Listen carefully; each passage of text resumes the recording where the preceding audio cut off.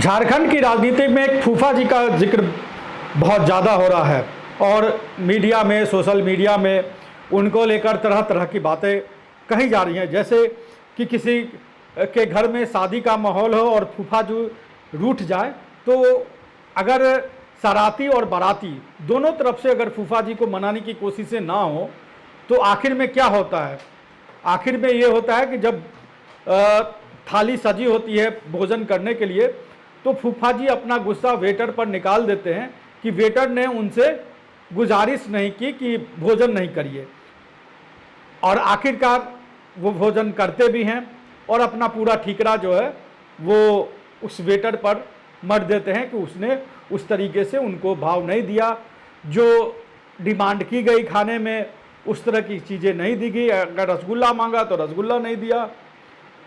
हम ये बातें इसलिए कर रहे हैं क्योंकि झारखंड में जिसकी बातें हम कर रहे थे कि एक राजनीतिज्ञ की बात, जो बड़े पुराने राजनीतिज्ञ हैं उनको लेकर इसी तरह की बातें मीडिया में, सोशल मीडिया में कही जा रही हैं, अपने अपने तौर पर उनका वर्णन किया जा रहा है।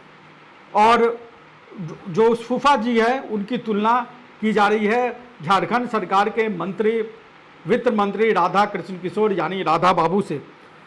राधा बाबू पिछले 1 महीनों से अलग अलग वजहों से नाराज़ हैं, लेकिन पिछले 1 हफ्ते से कहे तो मीडिया के पूरे सुर्खियों में हैं और उनको लग रहा था कि कांग्रेस की तरफ से, सरकार की तरफ से पूरी तौर पे उनका मान मनव्वल किया जाएगा, लेकिन आखिरकार किसी ने भी उनको भाव नहीं दिया।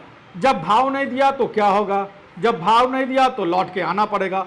तो लौट के राधा बाबू, जिनको चुन्नू बाबू भी कहते हैं, पलामू क्षेत्र में लोग, झारखंड की राजनीति में भी कहते हैं, वो लौट के अब वापस घर आ गए हैं। घर आने की बात हम इसलिए कर रहे हैं क्योंकि जहाँ से ये पूरी लड़ाई शुरू हुई थी, ये लड़ाई, ये उनकी नाराज़गी शुरू हुई थी झारखंड कांग्रेस के अध्यक्ष केशव महतो कमलेश से।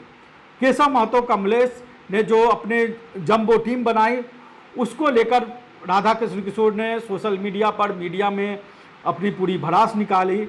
लेकिन शुक्रवार की रात या शुक्रवार की देर शाम अब कह लें, राधा कृष्ण किशोर जो है वो प्रदेश कांग्रेस के ऑफिस पहुंचे और वहां पर केशव महतो कमलेश के साथ उन्होंने बैठक की और मीटिंग की।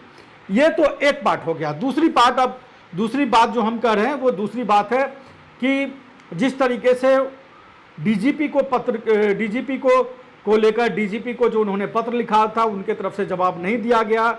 अपने कारकेड में अतिरिक्त गाड़ी की डिमांड की गई थी राधा कृष्ण किशोर के द्वारा, लेकिन वो मांग पूरी नहीं की गई और आखिरकार राधा कृष्ण किशोर ने अपनी सुरक्षा वापस कर दी। और मीडिया में ये बातें होने लगी कि राधा कृष्ण किशोर ने अपनी गाड़ी वापस कर दी है और वो अपनी नई इनोवा से सफ़र कर रहे हैं। और इस बात को लेकर भी चर्चाएं होने लगी, खासतौर पर जब जिस तरीके से दिल्ली में जो कार्यक्रम हुआ, झारखंड में झारखंड सरकार का कार्यक्रम हुआ, 2 दिन का कार्यक्रम हुआ, उसमें राधा कृष्ण किशोर नहीं पहुंचे। और जो मुख्यमंत्री हेमंत सोरेन का जो एक तरीके से कहे कि जो ड्रीम प्लान था, उस प्लान में अपने तौर पे कहीं ना कहीं रंग में भंग उन्होंने करने की कोशिश की और मीडिया में एक नकारात्मक खबरें जो है वो राधा कृष्ण किशोर को लेकर बनी। और जो ध्यान निवेशकों की तरफ जाना चाहिए, झारखंड में निवेश की तरफ जो जाना चाहिए था मीडिया का ध्यान, उसको लेकर चर्चाएं होनी चाहिए थी, वो राधा कृष्ण किशोर की नाराजगी को लेकर होने लगी। दिल्ली में रहने के बावजूद भी राधा कृष्ण किशोर नहीं गए। कांग्रेस की तरफ से इरफान अंसारी और दीपिका पांडे सिंह गई और ये एक तरीके से तय माना जाने लगा कि अब राधा कृष्ण किशोर की छुट्टी हो सकती है हेमंत कैबिनेट से। दिल्ली में भी वो गए, मल्लिकार्जुन खड़गे से भी मिले, लेकिन उनसे भी वहाँ भी उनको उस तरीके का भाव नहीं मिला जिस भाव का वो अपने तौर पर, जिस भाव को लेकर जो भाव वो अपने मन में पाले बैठे कि उनको मिलेगा। झारखंड सरकार की तरफ से भी उस तरीके का भाव नहीं मिला।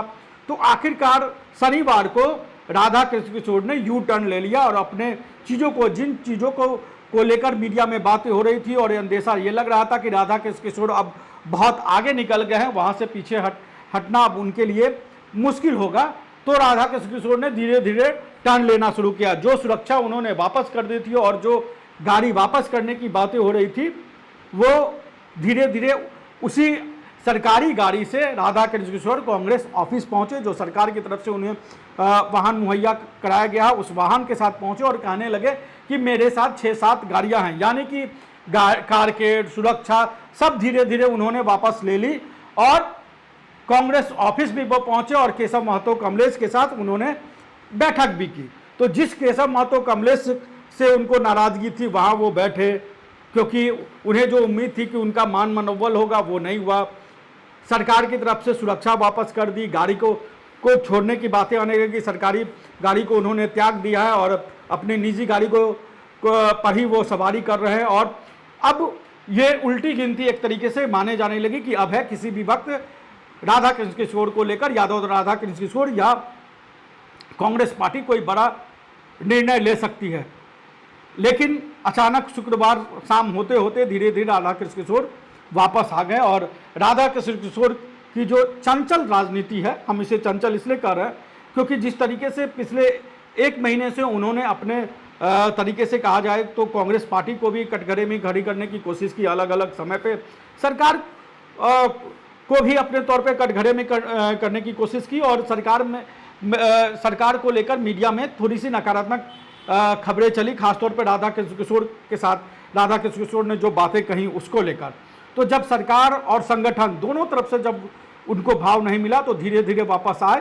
राधा कृष्ण किशोर तक हो सकता है कि हमारा ये वीडियो पहुंचे तो वो उस पर नाराज़गी भी जाहिर करे, क्योंकि वो नाराज़गी जाहिर करना उनकी राजनीतिक का एक स्टाइल है और हम उनकी नाराज़गी को अपने तौर पर स्वीकार भी कर लेंगे अगर वो नाराज़गी जाहिर करेंगे। लेकिन उनको सोचना चाहिए कि इन्होंने राधा कृष्ण किशोर ने जो 1-1.5 महीने में जो राजनीति की है उससे आखिर उन्हें हासिल हुआ क्या, क्योंकि आज की तारीख में भी केशव महतो कमलेश प्रदेश अध्यक्ष हैं, वो ही कमेटी काम कर रही है जो पहले भी कर रही थी।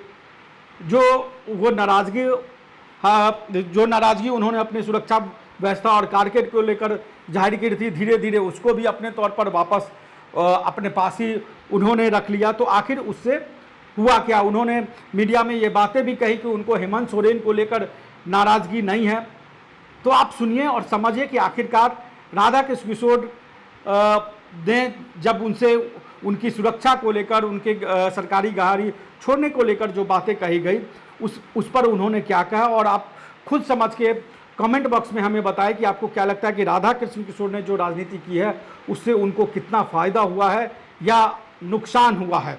अपनी राय हमें कमेंट बॉक्स में ज़रूर दें और जाते जाते ये बयान राधा कृष्ण किशोर का जरूर सुने। नमस्कार, जोहार।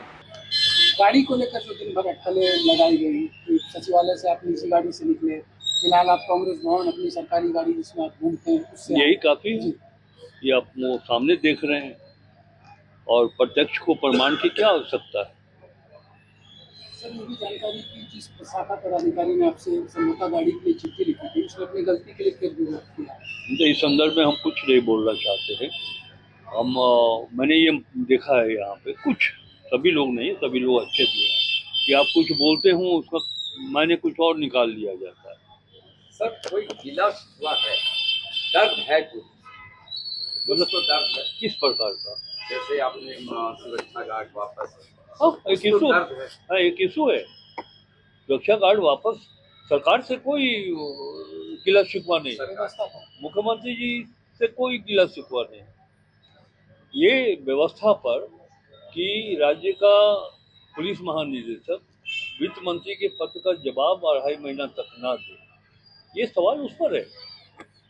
राज्य वित्त विभाग का संयुक्त सचिव अगर कोई पत्र लिख दे मंत्री को, ये सर्विस रूल में कहीं नहीं है अधिकार उनको प्राप्त। इस व्यवस्था को सुधारने के लिए मैंने ये कदम उठाया, कोई तकलीफ एकदम नहीं है। सर मैंने ये तो कह सकते हैं ना कि ब्यूरोक्रेट सभी भी मैंने सरकार पे क्या बस अब मेरे मुंह में हाथ मत डालिए सर, हमको जितना बोलना था उतना कर दिया।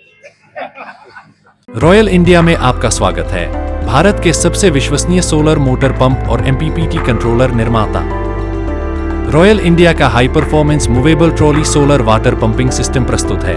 बेहतर दक्षता के लिए डिजाइन किया गया और आसानी से ले जाने योग्य। सरकारी परियोजनाओं के लिए अनुमोदित देश भर के कॉन्ट्रैक्टर्स और एजेंसियों की पहली पसंद। MNRE द्वारा अनुमोदित, उल प्रमाणित, उद्योग मानकों के अनुरूप स्वदेशी उत्पाद। सार्थक ऊर्जा समाधान के लिए हमारे साथ साझेदारी करें। आज ही संपर्क करें